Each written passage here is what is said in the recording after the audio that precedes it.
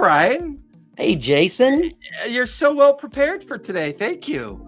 You're very welcome. Hold that thought. Welcome to the pilot episode number 24.1 of a new undertaking by myself and this jerkhole sitting to the this way of me.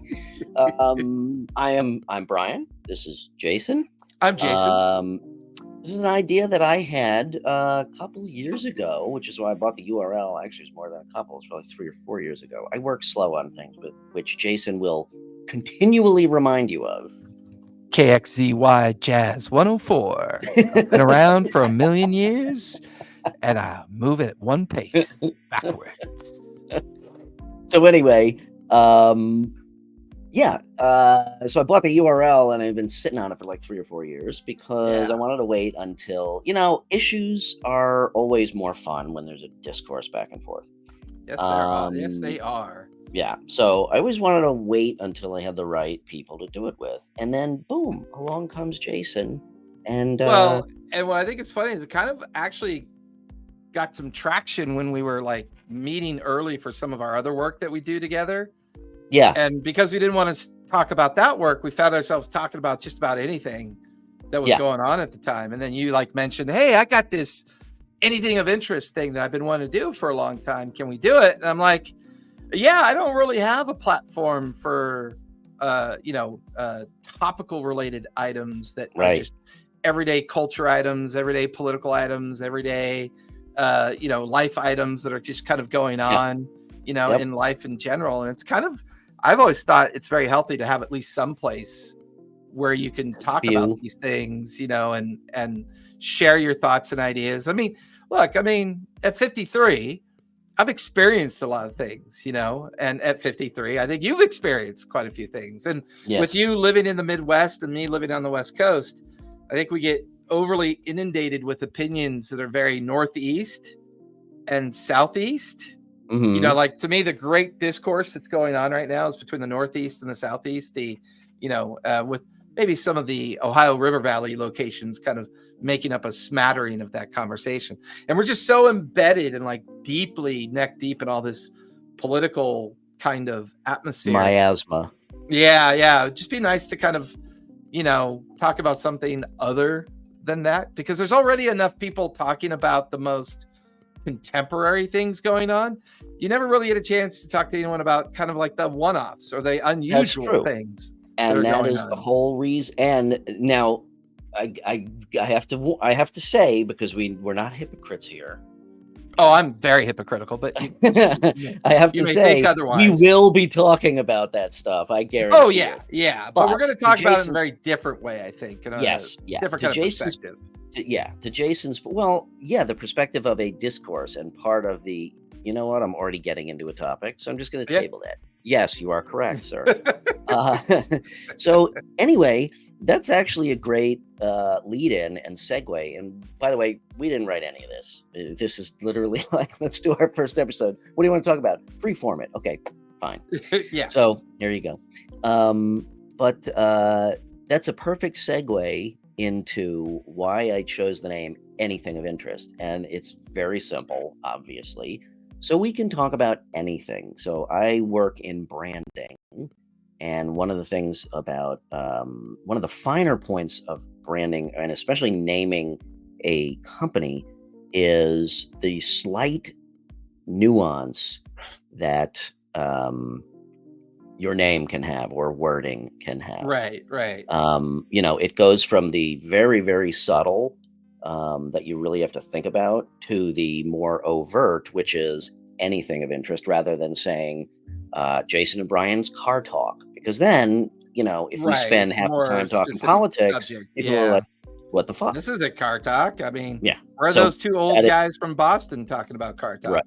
So that is precisely why I chose the name Anything of Interest. Now, the interest part, that's subjective. So this is what interests us. It may or may not interest you. I would imagine if you're listening, it probably does.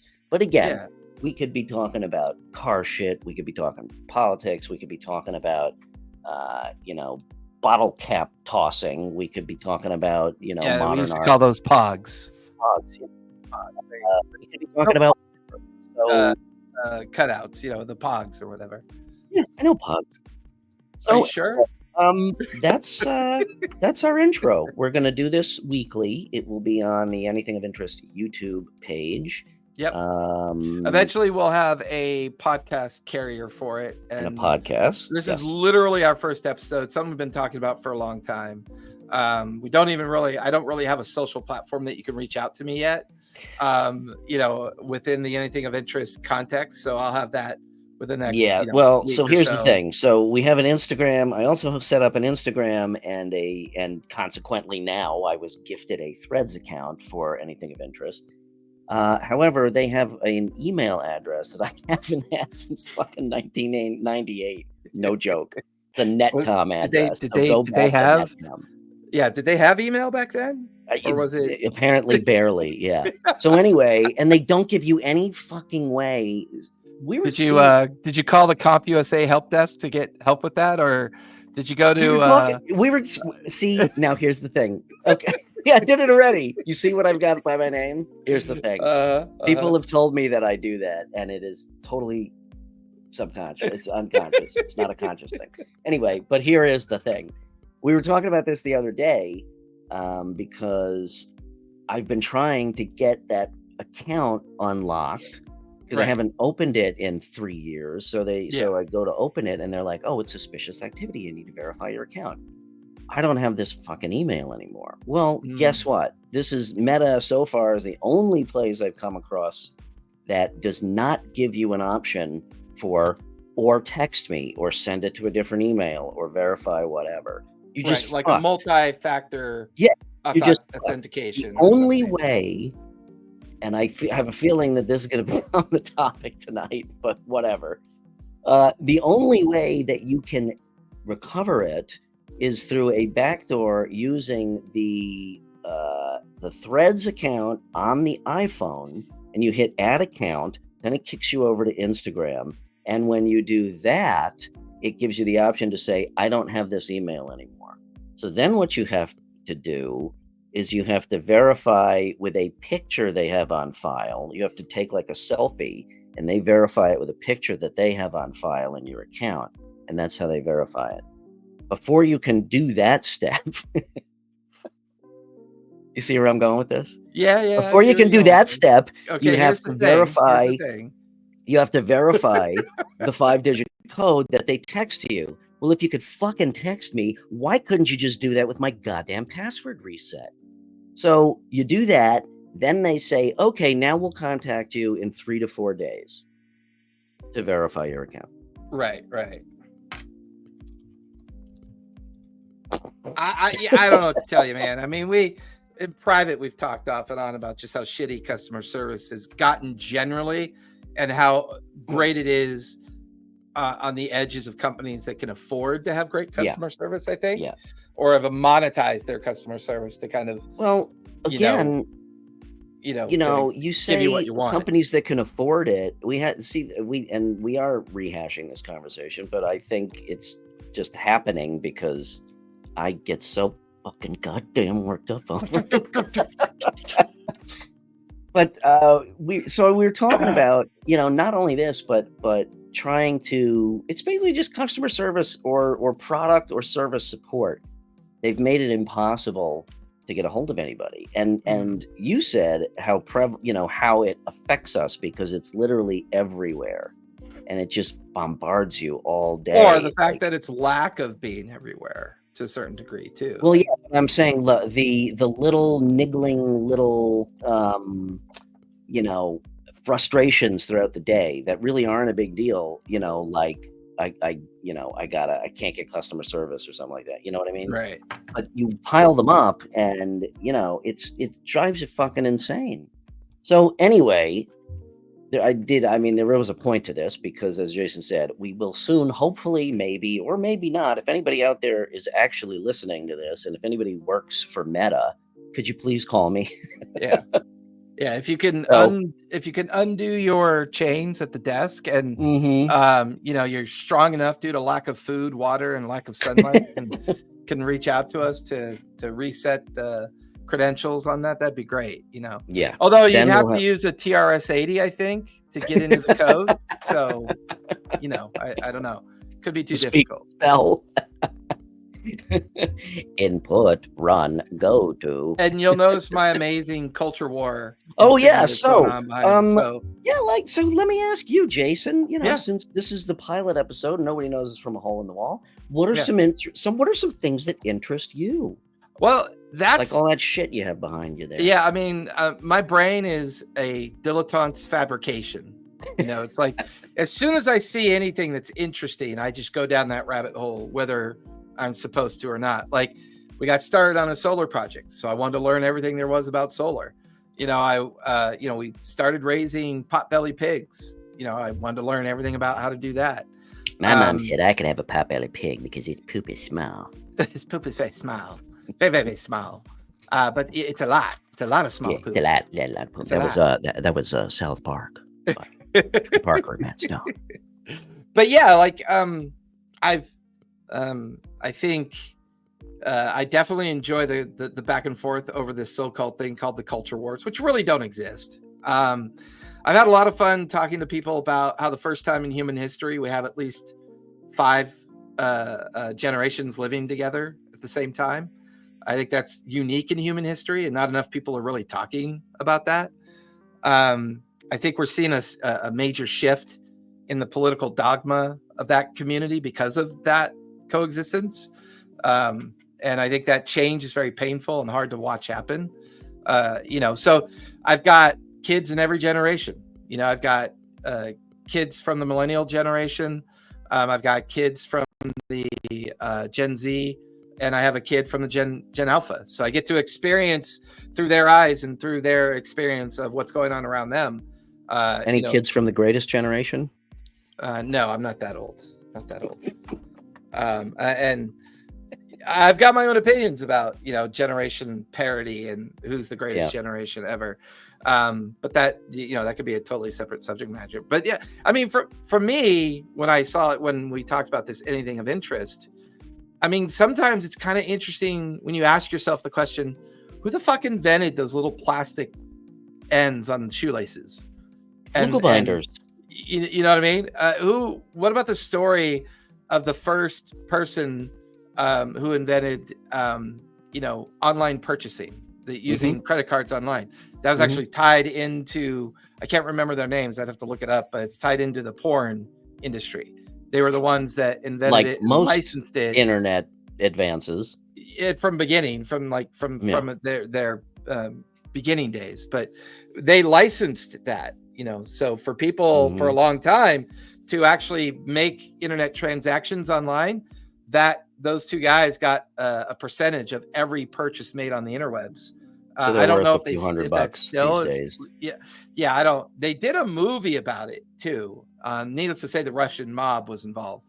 But it's a great story, right? It's please, we're talking. We said not to talk about that in this show. Please, right? Or who invented fire the same people I know? Please, I don't want to hear. Who invented the goddamn airbag? Like, who invented something that 99% of the time is not going to go off, but yet you have to have it in your car, right? It's like I'm always fascinated for why things come into modern existence. Like, I understand why things occurred historically and within the ancient time frame versus the biblical time frame and then historical time frame, right? But it's always fascinating to me to like look at the things that we use in our everyday life and wonder to ourselves, where did all this come from that surrounds us?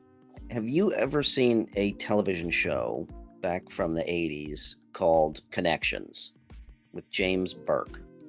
Sounds familiar, but I can honestly say maybe I didn't see it. But okay, I remember in like 4th grade in school, 3rd and 4th grade, we had this teacher who would like one day every 2 weeks, we'd all like, get a pillow and move the desks and lie down on the floor, and he would project on a screen this TV show. And it was somewhat along those lines, not necessarily why was X invented, but rather how are medieval trebuchets and the space shuttle connected? Oh, And interesting. he would go through history, and all of the reasoning and behind and impetus for inventing these things led to one thing, to another, to another, to another, to another, to another, and eventually, you get to the space shuttle. It was really, really fascinating. Yeah, I And remember I think it's somewhat kind of what you're talking about. It's like, it's stuff that you don't normally think about. Yeah, like my World Studies 2 teacher way back in the day when I was in junior high, gave us a great way of understanding how a single thing has like been with us for most of human existence, and how they influence things, like the idea of concrete, right? For most of biblical and post-biblical history context, concrete ties a lot of our history together, and the kind of improvements that came with the Roman expansion and its eventual fall, and with the lack of concrete as part of development of civilizations and cultures, how it was a lot harder for them to, evolve. Harder, but not impossible. Eventually, these secrets get relearned, things, kind of get back on track with how quickly human societies kind of evolve through even rudimentary technology like concrete. I've always found that subtleness so interesting. Or the study of what they call the medieval dark ages, and how maybe they weren't as dark as people think they are. Obviously the period of plague, and how maybe we wouldn't even have the middle class without the plague. Like the middle class evolved out of the plague, out of the aftermath of it, and the gradual transition from monarchy to governing states. How did the middle class evolve out of the plague? I didn't know that. The upper class no longer had a serfdom to work for them. So the upper class, to stay alive, they had to work the land. They literally had to do the farming. They had to butcher the animals. Suddenly they became a working class, but they became a working class with wealth and influence. Huh. So, a lot of folks don't realize half the world population vanished in the course of like a decade. And see, that's why we learn stuff every day. Yeah. I didn't know that. That's really interesting. Yeah. And it mostly came about, I'm a student of what's called retro historians, or historical restorative history, where what you do is you take modern. You sure about that? Well, yeah, because you take like modern context, like mental health, and you go back into history and wonder, mental health isn't as new as we think. It was just never diagnosed. Right. Yeah. So like Abraham Lincoln's wife definitely shows all the signs of mental health issues. You could go further back and further back and further back and wonder, were some of these great despots or great leaders or great moments in time influenced by the fact that mental health was an undiagnosed issue back then. And just because it's undiagnosed doesn't mean it's uninfluenced. You know what I mean? Like Caligula, clearly a mental dude. There's enough historical Was fact. he though? Maybe he had it right and everybody else is uptight. And no, insane. Caligula definitely had it wrong. That was a weird, murderous piece of shit. But oh, please. I think it's a couple great of way homicides between friends. Come on, man. Out in the gladiatorial fields and all the fun stuff going on. But yeah, it's like those are the things that interest me, like the unusual things that we've purposely forgotten because maybe we thought they were solved, and then you get to go back and look at them again. I mean, I'm not talking about that performative bullshit that people do, like thought experiment. Thought experiment is a dog whistle for I have no education at all, therefore I'm just going to pretend what I'm saying is a thought experiment. A lot of idiots will use that term all Please the time. Don't get me started on corporate speak. Right? Well, it's not even necessarily corporate. I know, but it kind of falls under that. It's a term that people use to say, I didn't really mean to sound racist. I didn't really mean to sound misogynistic. I didn't really mean to make I didn't really mean to make a country video on the steps of a famous lynching that took place back in the 1800s. I was performing a thought experiment. Fuck that guy. It's like when you get called out, you're getting called out for a reason. You know what I mean? So, but I like the rabbit holes, and I like going down those rabbit holes and see what you can find. Sometimes it's interesting. Sometimes it's scary. Sometimes you probably shouldn't have gone down the rabbit hole. Oh, it's always the red pill, dude. Always the red pill, and lots of fucking weed. Right? Lots copious amounts of weed, baby. I also, along those lines, the rabbit hole, I also have always found it fascinating to, with a topic or a conversation, but usually it happens with a conversation, where you just stop all of a sudden, you're like, wait, how did we get on this subject? And you trace the conversation back the same way I was talking about with that show, where it's like, oh, well, we were talking about that, which led to this. And then we were talking about that and that and that and that and that. And, we're talking global politics. Where did it start? Did you buy milk today? I love that kind of progression that happens like that, kind of along your rabbit hole lines. You just like, yeah, it's interesting. I mean, parts of me wonder sometimes if the rabbit hole itself is the problem. You know what I mean? Like the kind of old saying, make a mountain out of a molehill, right? Mm-hmm. If you had just left it alone, maybe it wouldn't have become a thing, or become a concern, or become something that needs focus. But at the same rate, you kind of look at everything that's going on around you, and you're saying to yourself, you go back and look at media history. That movie Soylent Green with Charlton Heston? It's people. So somebody in the 70s got enough of a budget from a major movie producer with some solid expensive actors involved. Like James Cagney, I think, is in it. He plays the old guy who does the writing. I think that was James Cagney. I'm pretty sure it was. But back in the 70s, someone got a budget, famous actors, a story written, and it's an amazing movie. And you're like, wait a minute, they were worried about the health of the world back in the 70s? That's not what I'm being told. I'm being told that no one started worrying about it until now. Yeah. And it's like, the media history is a great place to go and explore to see what people thought was important back during those times. What were they watching and listening to, 20s through the 40s, and eventually the 50s through the 70s, and eventually the 80s through the 90s, and then, modern media, after the 2000s, and how that message. And of course, we could probably spend metric tons of hours talking about the influence of social media, but social media is not new. It's by no stretch of the imagination new. You can go back to colonial times and even go back to the formation of the Gutenberg press and realize that complete strangers were creating pamphlets that were pornographic, and they were going to all the public houses and all the public spaces and leaving these single page pamphlets lying around because they were trolling people. So it's like none of this behavior is brand new. I agree and disagree. None of this behavior on the subject none of it's brand new. None of it is brand new. It's an old, tired cycle. You're right.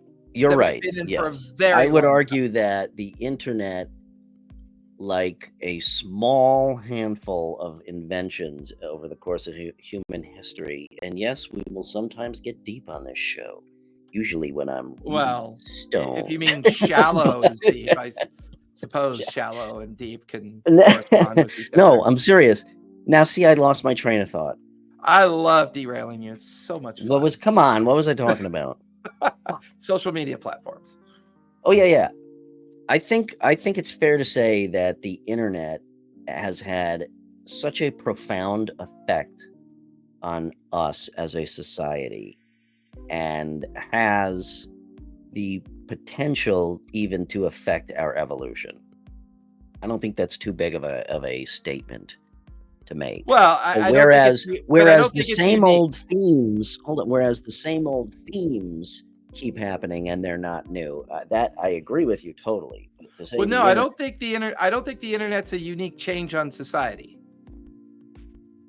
because we've gone through significant transitions like this before. No, I don't think we have. The invention of the steam engine changed the evolution of mankind for decades. Yeah, for absolute decades. I'm saying I'm lumping in the internet with a few inventions over the course of human history, such as examples like you've given. Yeah, but I don't know if you can do that without recognizing that if you go back and look at the Gutenberg press when it was invented. But it's not the same thing. The speed and total connectivity that has been achieved, we are, things for the first time in history, instantaneously anywhere on the globe, the whole globe knows but about that it. I would say that's the only unique quality of the internet. Nothing else about it is interesting. Well, no, I disagree if you dive deep. Because without the Gutenberg press, you couldn't have worldwide education, therefore you wouldn't have learned how to do it. Without the invention of the train, you wouldn't have interconnected areas that use the train. Right, and I would put both of those on that. I would put both of those on that short list of inventions. I would say the internet is less interesting than what allowed the internet to come into existence. What allowed the internet to come into existence? The infrastructure of everything that led up to its invention. All they did was take a method of communication that already existed and quickened its pace. That's it. That's why the internet is such a vapid desert now. There's nothing interesting on the internet anymore. There isn't. There's nothing. I love that word, vapid. It's a vapid desert of boredom and disconnected chatbots and AI platforms that pretend to be human beings. I mean, the internet is unique in only one way. It can be instantly brought up and used for the things that have already existed through all of time. There's no difference other than the fact you can get to it in a millisecond versus what used to take weeks or months. Yeah, but look what that has done. No, that's not the only thing. It is also the anonymity factor. Both in a social from a social standpoint. So nobody wrote a book without an author's name or a penned name that was super controversial? Just hear me out. Hear me out. You're wrong, but I'll hear you out. Okay. Well, fuck you very much. And just, let me get my thought out. You fucking derailed me again. God damn it. Gotta cut back on. So you can tell I've been in quite a few debate courses. It's a very classic tactic to interfere somebody else's point, knowing they're going to derail. And this is why Jason and I have such good conversations, because the reason I get along with him so well. So I met Jason through another endeavor in another community, and no, it was not gay, hookups. Although, it was on Grindr. If I was looking for somebody, it would be you. Don't be so mysterious. It's totally No, we have something going on in the gaming world also. So anyway, that's where I met Jason. So I've known you 3 years? Yeah, it may even be coming up on 4. It could be coming up on 4. So 4 years, and I feel like I've known you all my life, and you have the same. Because we're both 53. Yeah, we're both from Gen X. We both have a lot of similar tastes. But you're in the Midwest. I'm on the West Coast, so I think we've kind of grown up differently to have different, at least, views on things. Too. Yeah, but we also see eye to eye on a lot of stuff. Otherwise, we wouldn't be doing this together. Well. And the reason I say this is because my peeps, my high school gang, who frequent our that you're affiliated with, that I'm affiliated with, my gang, the Van Buren boys. It's the same conversation I have with them that I have with you. I'm very passionate. I'm an artist. Okay, I'm a creative. I'm very passionate about things, and I can take a deep look at things, but my initial reaction is usually one of hyperbole because I'm passion driven. Well, Jason is completely pragmatic and uses logic. And all that type of bullshit, which is fake news. Everyone knows. Yeah, we call those facts. Facts. No, logic. We call that the truth. Logic knowledge. is magic and snake oil, my friend. Huh? It's a weak man's mind sauce. Excuse me. A weak person's mind sauce. I mean, make it fair. Oh my God, so you're saying that women are stupid too? I was just saying men are stupid, dude. What's your problem? Hey, equal opportunity for all. Equal opportunity for all. What are you drinking? It's a teeny tiny sucky. It's a can of sucky. Because that's what we drink here in Tokyo. I wondered why your hands look so big. Well, I have a debate coming up in 2 days, so I wanted to mind. Yeah, that's fair. Yeah, I can totally see Trump up there with a little tiny can just to make his hands look bigger. Excuse me, Mr. Ex-President criminal. What are you doing? Yeah, nothing. Yeah. Nothing. It's a normal size Coke. It's normal size. I bought this from a normal size store. However, it used to be bigger, and that's called inflation. Fucking moron. You will probably also learn very quickly where we lean, which way we lean. Oh, I'm very centrist, so yeah, I have become much more so over the past 8 years. Also, because I'm voting. It's a fucking clown show out there. And what's interesting is that this is a good subject. So what I find myself, if you truly like don't like what we have to say. I mean, everybody's got your opinion. Yeah, let us know in the comments. Discourse. Yeah, let us know in the comments. And if you really just can't get past it, well, then go fuck yourself, because you should probably be watching somebody else. Or at least put it in the comments. Remember, so we can have this is anything of interest to us.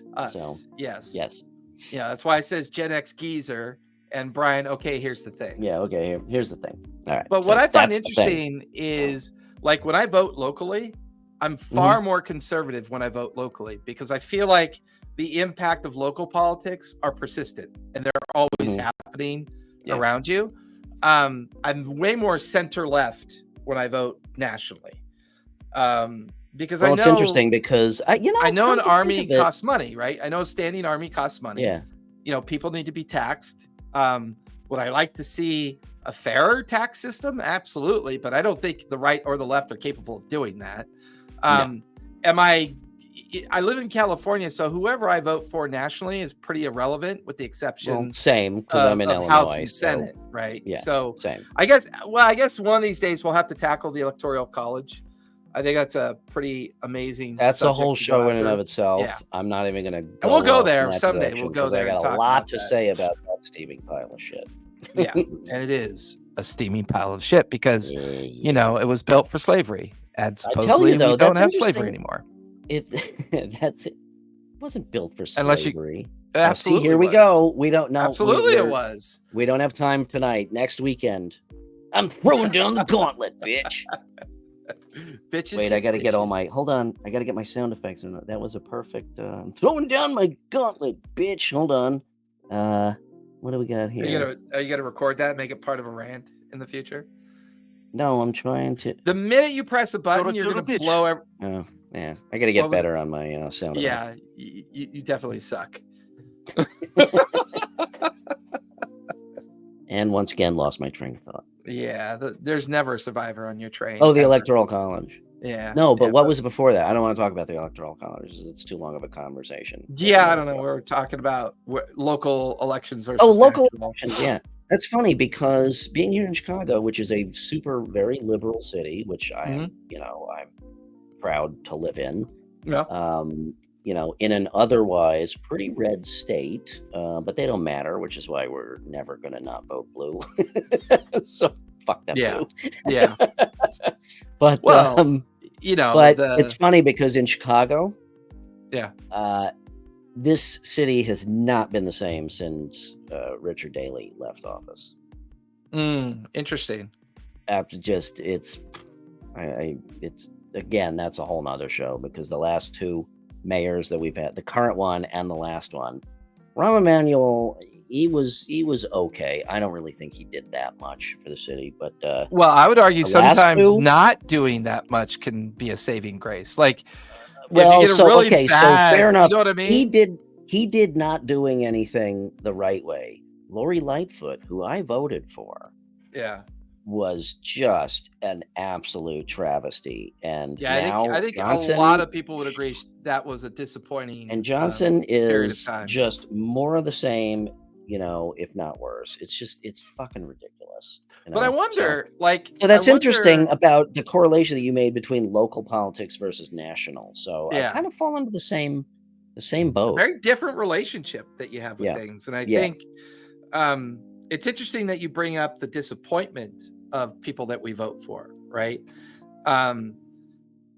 Like sometimes when the iron's hot, he sold a bill of goods and she didn't deliver shit.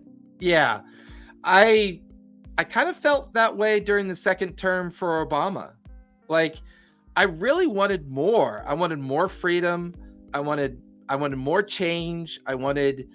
But he was so bad at international policy that whole Middle East debacle that he let happen just kind of took the air out of the balloon for me. I'm like, his second term just felt very deflated, like he was coasting and didn't want to do the hard fight anymore, And I get it. I mean, when you look at people that become a president of this country from day one, when they're all happy and full of did you see? Look at his hair color from the time he took off, and then you look at that final day that they wrap up their 2 terms. His hair is the color of yours.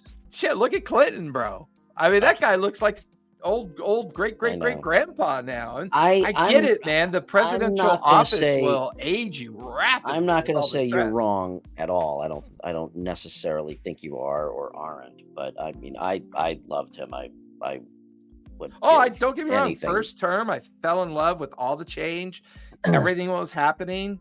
But there were some misses. There were significant misses that he felt he couldn't accomplish or didn't. You know what, though? The thing is that we haven't had since him is we haven't had somebody that instills a sense of confidence and a sense of I am protected, by those looking out for me, and a sense of somebody who just had the greater good at interest and somebody that you were just happy to see speak, even if you didn't necessarily agree with him.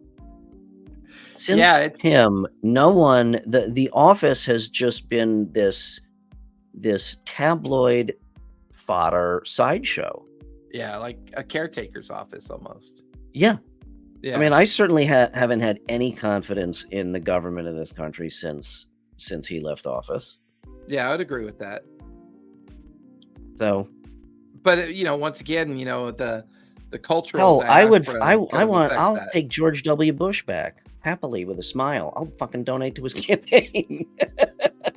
Again, as much as I disagreed with everything pretty much that he stood for, I never for once felt that he did not have the country's interest at heart. I remember his face, the look on his face when he got the 9/11 call. It was utter like a normal human reaction. Yeah. Well, I think a challenge. And like I said, we certainly didn't get that with the fucking moron. And I'm sorry to say, but we didn't get it from Biden. He was persona non grata. I think what's interesting is when you look at these things with hindsight in mind, you have your modern interpretation of things now versus what you thought then, right? Like, very true. Yeah. It's very difficult for people to separate the emotion of looking back then and separating your modern emotion towards what you're looking back at. We call that nostalgia, or if you're a South Park fan, we call that member berries. And if you really look at the study of nostalgia, in the 50s, nostalgia was actually diagnosed as a mental. Nostalgia was diagnosed as a mental disease. It was classified as a mental disease and was attempted to be treated as a mental disease. Are you serious? Yeah. There's plenty of written work You see, if anybody else told me that, I would tell them that they're full of shit and fuck there's off. even like documentaries and movies like on you. I'm just going to matter. tell you to fuck off, but I'm guessing that you probably know what you're talking about. I mean, don't get me wrong. It was niche work. People, yeah. You know, it wasn't mainstream like nostalgia is mainstream now, because nostalgia is now embedded in our culture, and nostalgia created the culture wars. Like, the culture wars are not a real thing; they don't exist. But nostalgia is a real thing, and that's what kind of created this sense of culture wars. Interesting. That's a really interesting take, actually. In reality, any conversation someone's having today will not matter 100 years from now. Like, it won't. It'll be a historical reference of what happened. Well, that's then why have a conversation? All right. Well, that's a very valid one and only episode.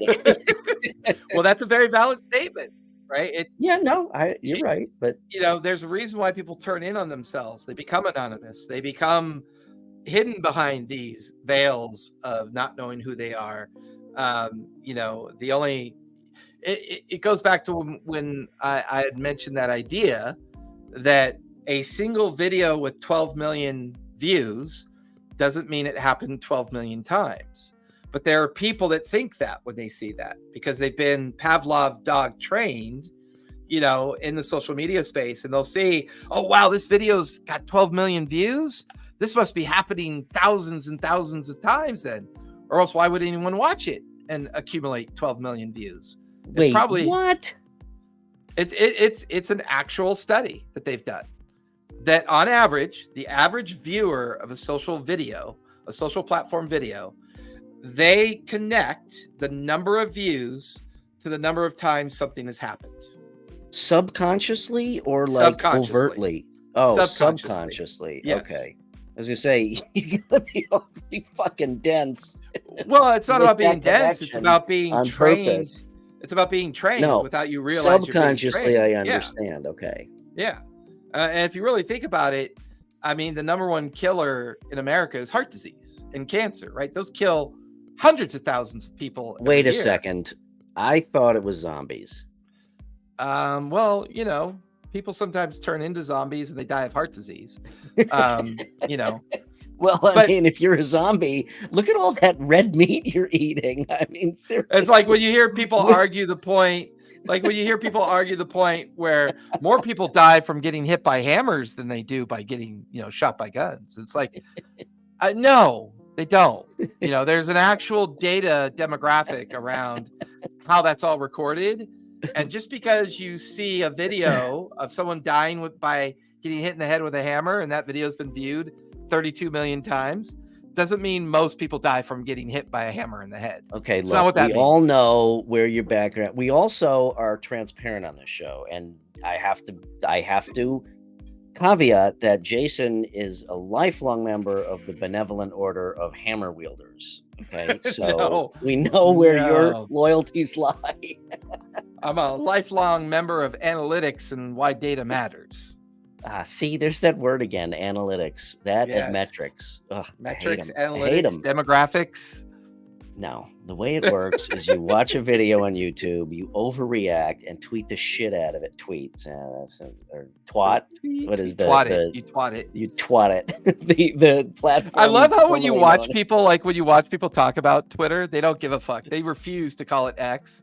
They don't even say the former platform known as. I don't blame them. I'm one of those people. You know what? That new name's so stupid. I'm still going to call it Twitter. Let me tell you something. I've told you this before, but for the benefit of the audience, as a brand guy, the holy grail of creating a brand is when your brand becomes a verb. If you've done that, you have fucking won. You've won. And what does this moron do?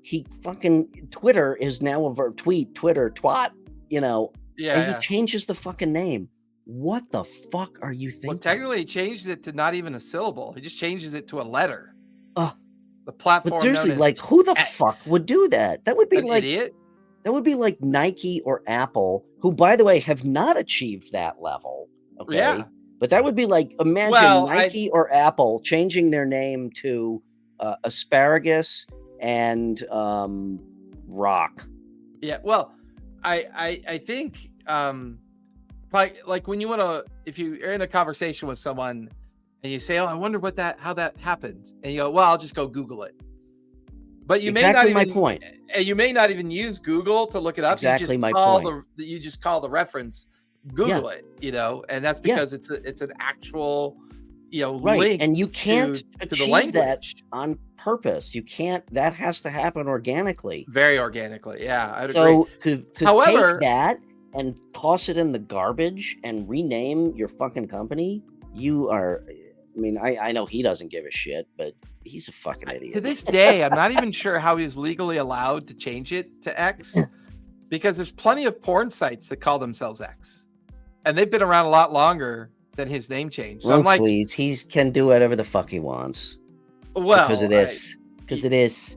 Yeah, well, and for those listening on podcast, I'm doing the money symbol. The money maker. The cash. The cash. Show me the money. Show me the money. Give us the cash. Give me the cash. But you have some brands. Wow, good call out there. That took me a second. Right? Yeah. So some brands, that was Fifth Element, by the way. Yeah, it was. Some brands, I would say, have become kind of currency compares, right? So one brand I think that does that really well is Starbucks, where a lot of times people are like, for the cost. Okay, yeah, like they'll go, oh, you know what? That subscription is like 3 coffees at Starbucks. Or they'll go, if I buy that t-shirt, that's like 3 or 4 coffees at Starbucks. Like a lot of people start under the same category as verbizing your brand. Yeah, you're right. And imagine, think that's interesting. I mean, it's different if they just change their name, because that's not a brand thing necessarily. I mean, it stems from their brand, but it's not tied to the brand. But they change their relationship with their customers on a pretty regular basis. But okay, look at it this way. It would be like them changing the price of their coffee by 400%. Yes. And then all of a sudden, everybody's got to convert old coffee. Well, you walk up to the bank for currency conversion, and there's like all of this currency at the bottom. It says Starbucks, And, okay, so so I need to convert a tall to a Quattro 20. Well, I love that clip. I can't remember the name of the movie, but I love that clip where it was Role Models. Was it Role Models that he did that in the coffee shop? Congratulations, you're now stupid in 3 languages. Yeah. Where he's like, tall doesn't mean that. Venti doesn't mean that. I mean, it was great. It was great. It was just once again, a great cultural reference in the media, in the context of media. Yeah. But during a period of time where there's no way you could probably pull that off now. Like that statement. I don't think that statement works now because people are too offended by it. You know what I mean? Like, you just jumped into a completely different topic. Correct, but I'm just saying it's a great example of the different cultural shifts in the media kind of area, and how a lot of the Judd Apatow films that took place. There was a lot of dark shit going on in the background that we didn't hear about. Until after the fact. I got to start a note right now and write this shit down, because this is how we get episode ideas, and then I never remember. So what do we got? Offended by role models scene. That's by the way, he's just playing a recording of keyboards. He's not actually typing. No, Brian is inherently lazy, and there's no way he's actually typing. It's like the customer service bot. It's like, let me check on that for you. Click, click, click, click, click, click, click. See, now I want to know. That guy types really fast. I want to know who invented the idea of elevator music. Where'd that come from? Like that was Harvey Schmegelman. Now that's fake news. Now we're making shit up. But I love that. What was the other topic? Judd Apatow's films that he was making. No. This was like the first one, like 20 minutes ago. This is why we need chat to remind us of these things. Yeah, well. All right, don't worry about it. I'll remember it later. Oh, demographics and analytics and the overall the electoral college. We were talking about the electoral college. Yes. That was one. Well, that's That's How could I definitely got to be a forget subject that? we should tackle because I'm a history major, got my undergraduate degree in history with colonial studies and Civil War studies. And I'm here to tell you the Electoral College was due to slavery. Absolutely. Okay, I want to learn about this because that's not what I learned. Well, that's fair. Most people didn't learn much back in the 70s and the 80s. You really had to pay attention. What are you fucking getting at, Jason? What are you insinuating? Just showing up to class isn't insinuating. Jason, I resemble that, and what are you inseminating? Don't inseminate me, you son of a bitch. Oh, okay. Now you've gone to a different level. Now we're going to do it. Okay. Considering how many kids I have, it's very likely you could be the first pregnant man. So. Okay, well, I think we didn't really talk about this, but I feel like 45 minutes is a good, Yeah. An hour, we start to ramble. Half an hour, we still got shit to say. So, yeah. So we've done 45 minutes. Thank you for. You guys are gonna watch this after the fact. We're obviously, since we're not live recording. Yeah, we're gonna be doing this on YouTube, and we really, really want the comments to take off with this. So we're not necessarily being rabble rousers and creating a platform for just bullshit. No. But we don't want. This is not going to become a fucking flame war. That we can promise you. Yeah. This is more about how just everyday topics that kind of slip by without much of a reference. And I have a great story for next Sunday that I want to. Okay. We'll write it down so you don't forget. Yeah. Oh, I've already got a page of notes for stuff over the course. But we are. Yeah. As soon as I get this. This is not different. This is other than the Instagram and the threads. This is verifying the YouTube page to be able to live stream, which I didn't know was a thing. So next week we will be live because that will be verified. And then, hopefully we get like 2 people who are really fucking bored every Sunday night. Yeah, and then we'll listen to join us in chat. Talk about nonsense. Yeah. Yeah.